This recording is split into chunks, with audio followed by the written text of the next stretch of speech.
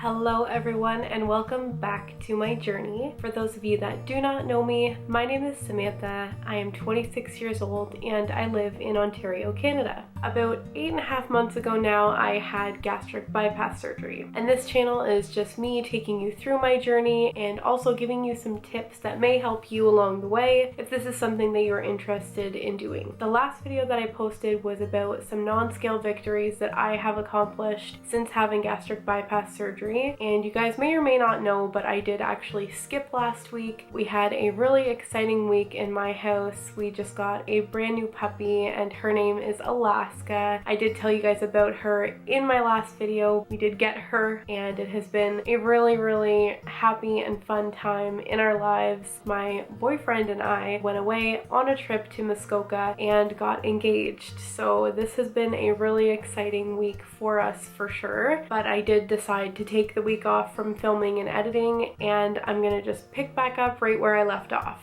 So this week's video is going to be about mistakes to avoid making after weight loss surgery and how you can avoid making those mistakes. Before I get into today's video, I just wanted to say thank you and welcome back to my returning subscribers, and welcome if you are new. If you haven't already subscribed to my channel, you can go ahead and do that now and hit the notification bell to be notified when I post new videos. So the first mistake that I would be weary of, and one that I would avoid making, is a mistake that I made very early on, which was really trying to push my healing faster than it was actually ready to progress. I think the reason that I was really nauseated by most foods at the beginning was because I was introducing new textures and that wasn't something that I was really used to, and things weren't sitting right. So I kept progressing because I kept not getting sick off of things, but the nausea and the thinking that I was going to hate all foods all the time for the rest of my life was really challenging, and I think I just needed to give myself a little bit more time to really appreciate the foods that I was eating and appreciate the stages that I was moving on to as the weeks went on. That mistake actually led me into the next mistake that I would really try to avoid making, which is as you go, you find foods that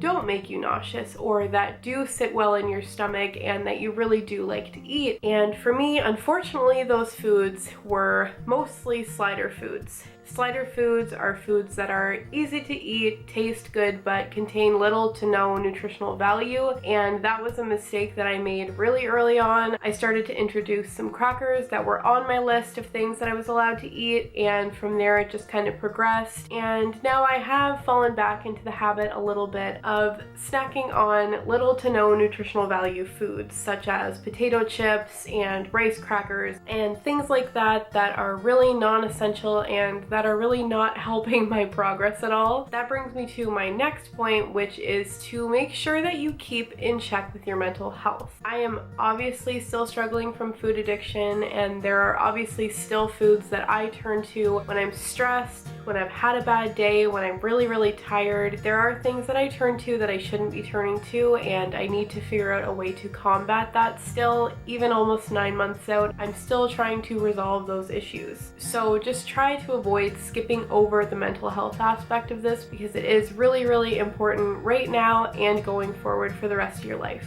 Another mistake and habit that I have gotten into, unfortunately, is drinking too soon after I've eaten. It's something you're really supposed to avoid. You're supposed to give your stomach about 30 minutes before and after water, and I have struggled with that immensely along with everybody else. That is one of the most annoying parts of this journey, especially if you are out at a restaurant or out at a friend's house and they're drinking and having snacks and it's not really something that you're supposed to do, but every once in a while you do it. Unfortunately for me, it has been something that has been happening, but I am trying to get that back in check. Once again, setting timers for myself and going back to the basics. My next point is not drinking enough water, because that will definitely stall your weight loss. It will not help you nutritionally in any way, and also being dehydrated is not a fun thing. So get your water in, figure out a way that works for you, figure out a water temperature that works for you, flavorings, add-ins, anything like that that can help you to get your water in is really important.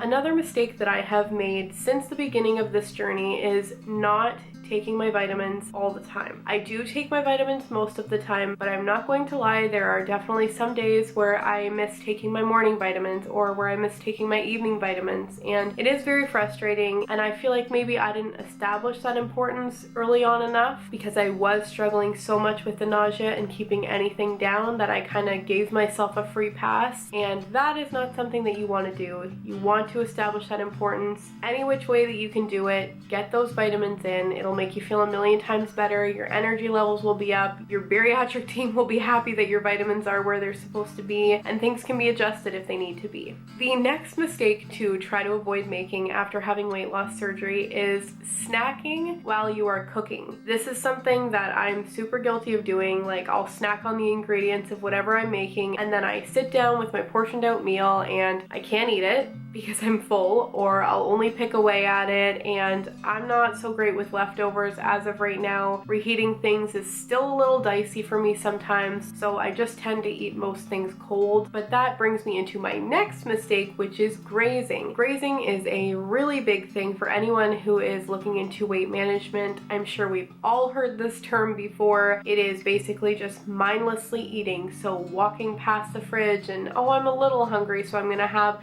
a piece of cheese. Oh, everybody else is eating chips, so I'm gonna have a handful of chips. Mindless calories that are going into our day that are taking up space in our pouches and that our bodies are not using productively. I saw a tip recently from one of the dietitians that I follow on Instagram, and she basically said just try your best to measure everything out. That way, even if you are snacking throughout the day, you can at least hold yourself accountable for it and try to make better choices going forward throughout the day, or better choices in the future. The next mistake that I do tend to make a lot is skipping meals and then ending up starving for your next meal and overeating. I tend to do this most often with breakfast, especially before work, so I'll have a few bites of something here and there, and then I will go for my lunch break. I will either eat too much or too fast, and I'll hurt my stomach. Not to mention the anxiety of worrying that I have stretched my pouch every time that this happens. So just try to avoid skipping meals and try to get all of your protein in, because it's really going to help you going forward. And the last mistake that I want to talk about making is not exploring your options with food enough. It's very important to try things that you did like before surgery and see if those are things that are going to work for you, but also to try new things. So if you are a picky eater, just keep in mind that sometimes tastes do change after surgery, so just keep an open mind once you've become comfortable and reached the end of your food stages, and try something that you've never tried before. See how it works. That'll wrap it up for today's video. Really hope that you guys enjoyed watching. If you want to see some behind the scenes and more corgi content, you can go ahead and follow me on Instagram. My username is Samantha_RNY13. And once again, if you haven't already subscribed to my channel, you can go ahead and do that now. Normally I do post every Monday. If you guys ever have any questions, comments, concerns, suggestions, or requests for future videos, just let me know in the comments down below. Just a last minute pop in to introduce you guys to our new puppy, Alaska. Like I said, if you want to see more puppy content, you can check us out on Instagram. We post there quite a bit. Thank you so much for watching, and I will see you all next week.